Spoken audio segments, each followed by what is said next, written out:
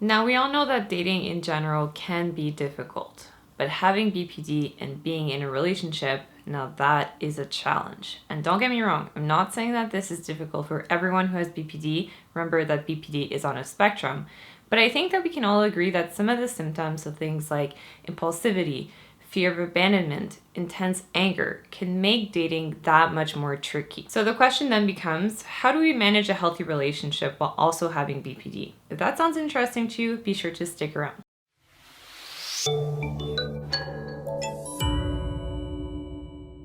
Hello all my wonderful people and welcome back to my channel. If you're new here, welcome. My name is Kayla and I release new videos every Monday about all things BPD. So if that sounds good to you, be sure to hit the subscribe button down below as well as the bell notification up top. Now, as you may have gathered from the little introduction I did just a few moments ago, we are going to be talking about BPD and relationships and specifically how to manage the two of those together, because I know that personally, my dating has not always been the easiest time around, and this is also a common experience that I often get comments and questions about. Well, Kayla, what do I do? How do I not only find and maintain a healthy relationship, but how do I manage my BPD symptoms within the realm of this relationship? Let's firstly take a moment to talk about what it is specifically that makes the maintenance of a relationship tricky at times when you have BPD. So the first thing, and this is really the common thing, the common thread that I see with most people who do have BPD, it's this fear of abandonment. It's normal to enter a relationship and maybe we're not 100% trusting of the person at first. Trust is built over time. However, if you do have BPD and you have this deep-seated fear of being abandoned, it makes it that much more difficult to trust people, meaning that you are going to have to work way harder to build up that trust. And in the meantime, this can make being vulnerable, opening yourself up, that much more difficult. We do often see with BPD this tendency to be disorganizedly attached. That's not a word, but this disorganized attachment where we fluctuate between avoidant and anxious, meaning that when we perceive abandonment, we may pull away, we may shut off emotionally, we may avoid any physical contact, any emotional contact with our partner, which just from the sounds of it, this makes maintaining the relationship very difficult because the other person is going to feel very distant from you.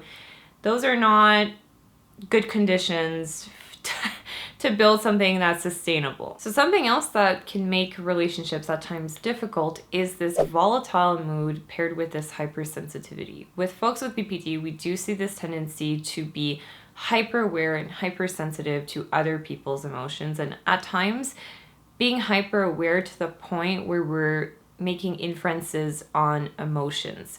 So we may be reading a facial expression from our partner and interpreting it some way else. Maybe they seem cold because they're tired, but then we take it as in we did something wrong. So we can have this unpredictable mood, and so it makes it difficult once again to maintain those relationships, because from our partner's perspective, if our mood is all over the place and they don't know which version of us they're going to be getting at any given moment, well, then it makes it difficult for our partners to feel safe and to open up and to let loose and to be vulnerable on their end as well.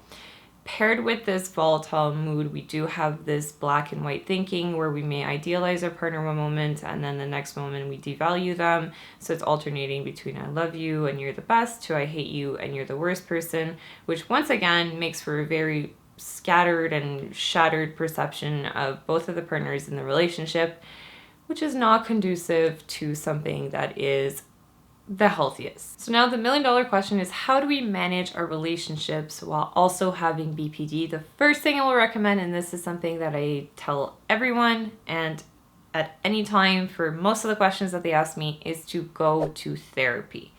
BPD is a complex disorder that often overlaps with other disorders, so things like anxiety, depression, PTSD, substance abuse, eating disorders.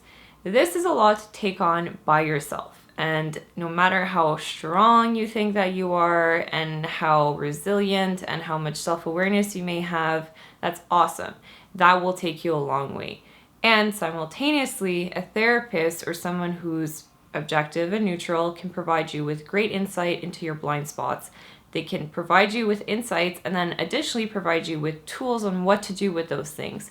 I know personally for me, had it not been for therapy, going through the DBT program, maintaining my individual therapy, and still right now doing my own therapy regarding other issues, my recovery process would not have started, would not have happened, because I had all the self-awareness in the world. I could have written you a book about all the things I was doing wrong, why I was doing them, how long, when, etc., etc., etc. But I didn't know how to change. I didn't know what to do with those things. And it was really therapy that allowed me to gain the tools to then implement for myself into my personal life, which allowed me to actually maintain my relationship.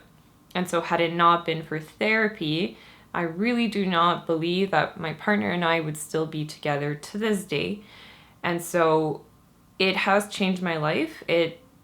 Regardless of our relationship outside of it, myself, me as a person, I'm better. And I know that going to therapy may be scary, and you might be thinking, well, I don't want to do this, and the relationship is not going to work anyway, so there's no point in me going to therapy if that's just going to end. That's not the point.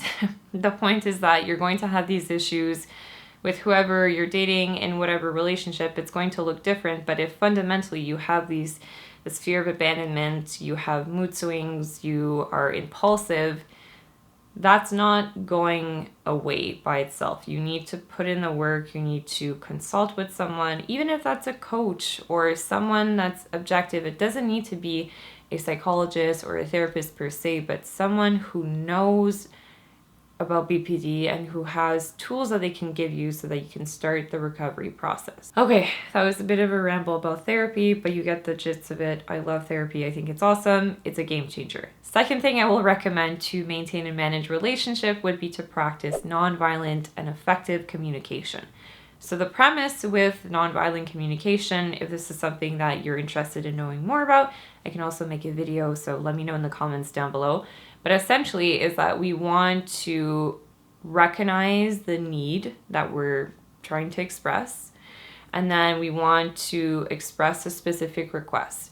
So rather than the typical thing that you might be doing, which is impulsively blurting out everything that goes through your mind and attacking your partner because maybe you're feeling bad about yourself and you're projecting those bad feelings onto your partner, we want to identify and recognize this need within us and maybe say something like, oh, I'm feeling really insecure about myself, and then making a request. I would really appreciate it if maybe we could just spend some time, 5 minutes, cuddling and having a bit of an intimate moment together so that I could feel re-energized and recharged. This is much different than saying, you're the worst, you never do anything for me, etc., etc., etc. When all those things, it's just a larger projection of how you're actually feeling about yourself, which is really insecure. You don't like yourself in that moment, and so you want to make someone else feel bad so that you could feel better about yourself. So this is why it's really important to have the self-awareness, to know that there's a deeper emotional need within us. Fitting into this category, once again, of the effective nonviolent communication, we also want to put the emphasis on listening to the emotions behind the words. Oftentimes, I know personally I do this all the time, the words that are coming out of my mouth, it's just like a defense for the actual feelings that I have deep down inside. My partner has gotten really good at this, as picking up on the underlying issues of what's actually going on inside of me. And if you can also do that for yourself, well, then you can identify the feelings driving the words, and you can actually stop yourself from blurting out things once you recognize the need and the feelings within you.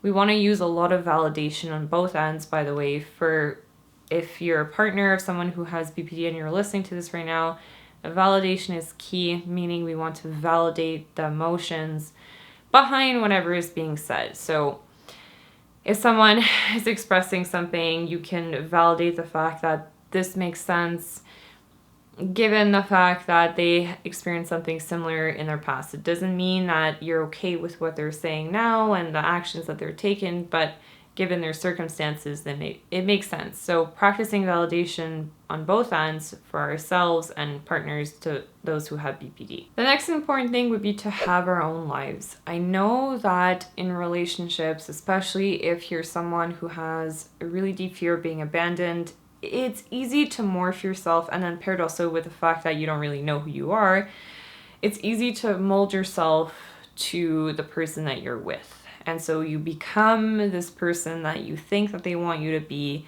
and you lose your sense of self because you didn't really know what that sense of self was beforehand. And this creates this weird codependent relationship where we feel completely enmeshed, and as though if we left, we would be completely lost and broken. And so this is why it's important to maintain our own lives. I see relationships as, you've probably done this in science classes or whatever in school before, where you have the two circles that join in the middle. And so on one end, you have your own interests, your own life, your own friends, your own activities. In the middle, this is where the two of you come together as a unit. And then you have your partner who has his or her own life, friends, activities, etc. You don't need to love everything that your partner does, and you don't need to be exactly the person that they want you to be. And so maintaining your own separate time, your own sense of independence, while also having this sense of, at the end of the day, we're still a team and we can come together, that is a much healthier approach to managing your relationship and will allow you to maintain it for much longer than this codependent, always need to be together 24/7. We do everything, we love all the same things, we have all the same friends, we have no separate time. That can be overwhelming and can lead to not the best outcomes. The next thing would be to set boundaries and not compromise our integrity. This is really important for partners, so people who are with folks who have BPD. I understand that at times, if the behaviors seem, at least on your end, out of control and they are threatening to kill themselves or to self-harm or to do other things, the easy thing immediately is to cave in, adhere to their demands to appease the situation. What you're doing though is that you're compromising your own integrity, your own values, and you're setting the precedent that for future instances, this is okay because you've said yes one time, then in the future it gets harder to say no. And so we want to be firm with boundaries. We want to communicate our boundaries.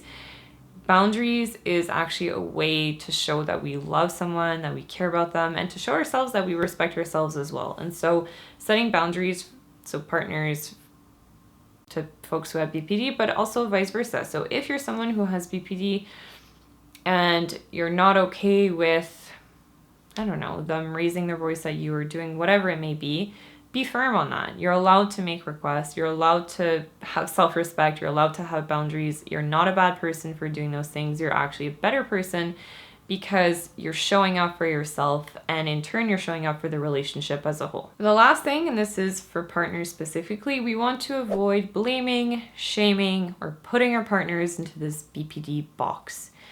This is a really awful way to maintain and manage a relationship with someone who has BPD. If every time that something comes up, we are immediately saying things like, oh, your BPD is just flaring up. That's your BPD showing again. There you go again with your BPD.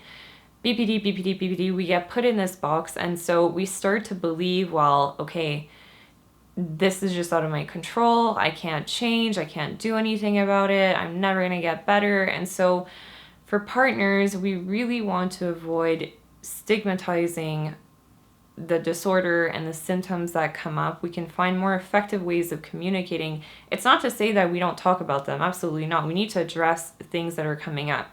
But there's a way to do it, and it's definitely not saying things like, oh, this is just your BPD again, and I'm just going to stop listening to you, or this is your BPD flaring up, whatever it may be.